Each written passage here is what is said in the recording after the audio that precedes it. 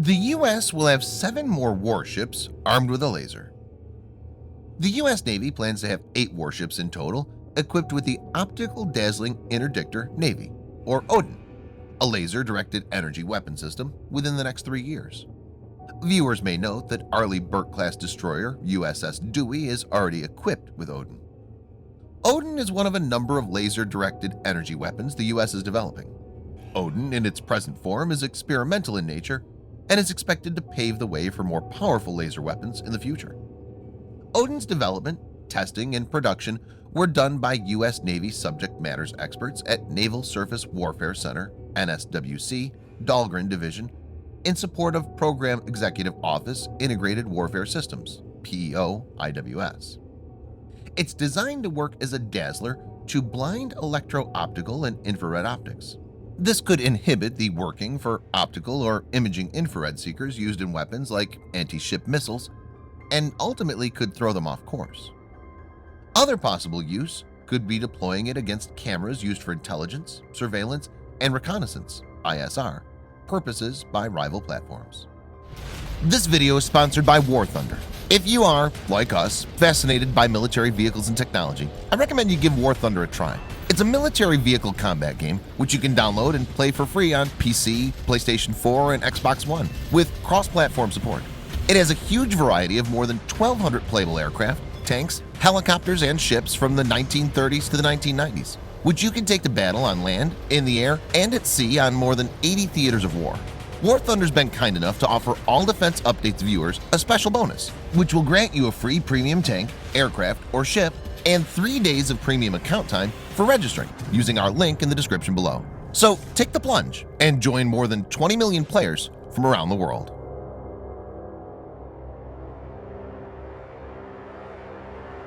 According to Taiwan's Air Force Command Headquarters, Chinese military aircraft entered Taiwan's Southwest Air Defense Identification Zone (ADIZ). It was ultimately chased off by Taiwanese patrol planes.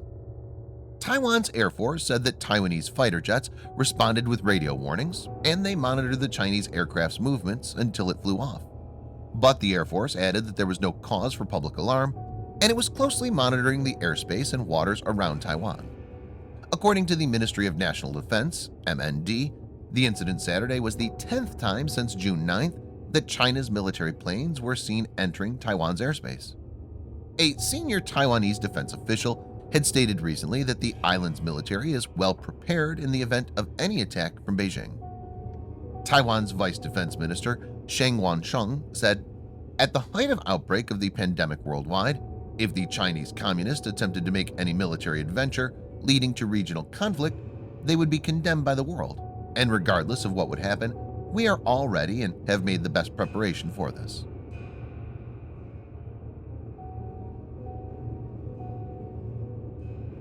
Ukrainian troops have almost a free hand when it comes to using Javelin as per export control agreement with the U.S. They'll be able to use American-made Javelin anti-tank missiles anywhere in the country and against any party, as long as they do so for purposes of defending themselves. This means they could be used against Russian assets. The revelation comes as the Ukrainian army is preparing to send Javelin-equipped units to the front lines.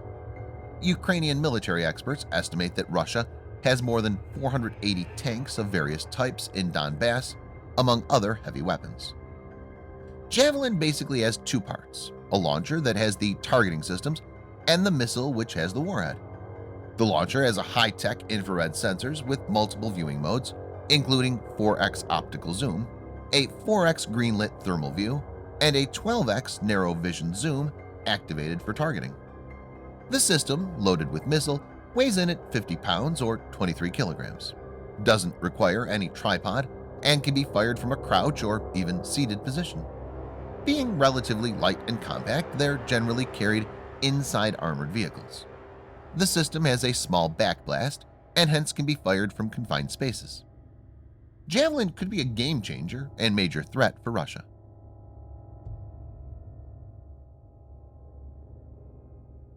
Japan has been given the green light by the USA to accept 105 F-35 Lightning IIs. The package is in line with the original 2018 procurement plan set forth by the Japanese. includes 63 F-35A conventional takeoff and landing aircraft and 42 F-35B short takeoff and landing variants. If Japan moves forward with the deal, it will have around 147 F-35s, making them the #2 top operator behind the USA. The Lockheed Martin F-35 Lightning II, which is a single-seat, single-engine, all-weather stealth multi-role fighter, is undergoing final development and testing by the United States. The Pentagon began the F-35 program in 2001 with an aim to develop a cost-effective replacement for the U.S. military's F-15 fighters, F-16 and F-18 fighter bombers and reconnaissance aircraft, and A-10 close-in support warplanes. The F-15 is considered to be a Day 1 aircraft and will be used to knock out hostile integrated air defenses at the very beginning of a campaign and enable non-stealthy aircraft to carry out follow-on strikes. Stealth makes an aircraft difficult to detect and track. F-35 is one of the most stealthy operational jets. It uses classified techniques to reduce the heat signature. This thermal profile management of the jet makes it difficult for infrared, IR, homing missiles to target it. A significant number of F-35 in Japan's Air Force will be a strong counter for China.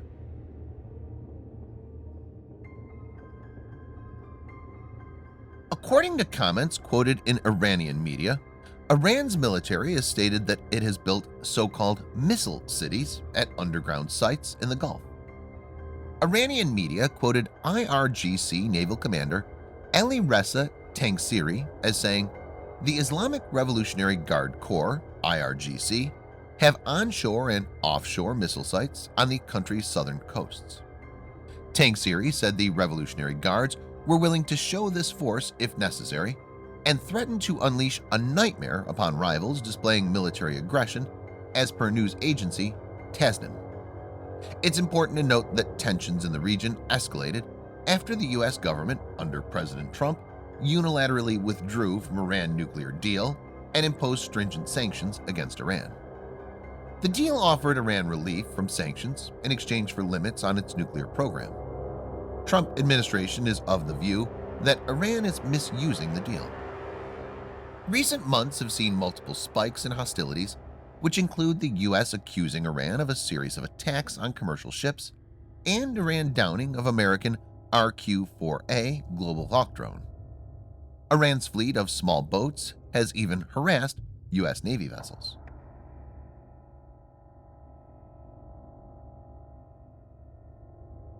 China seems to be backing off after the recent clash with India.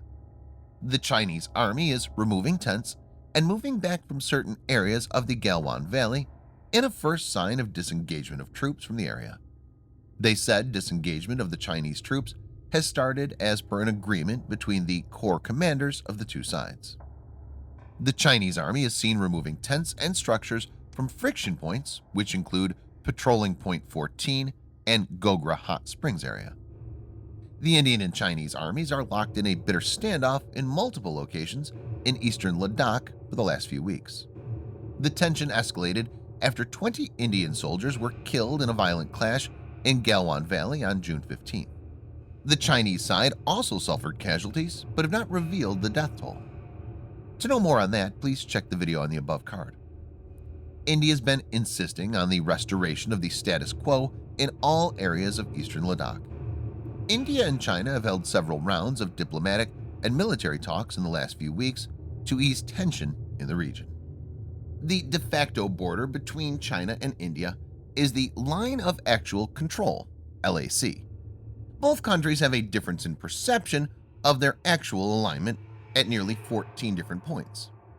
This has emerged as an issue between the two nuclear-armed nations.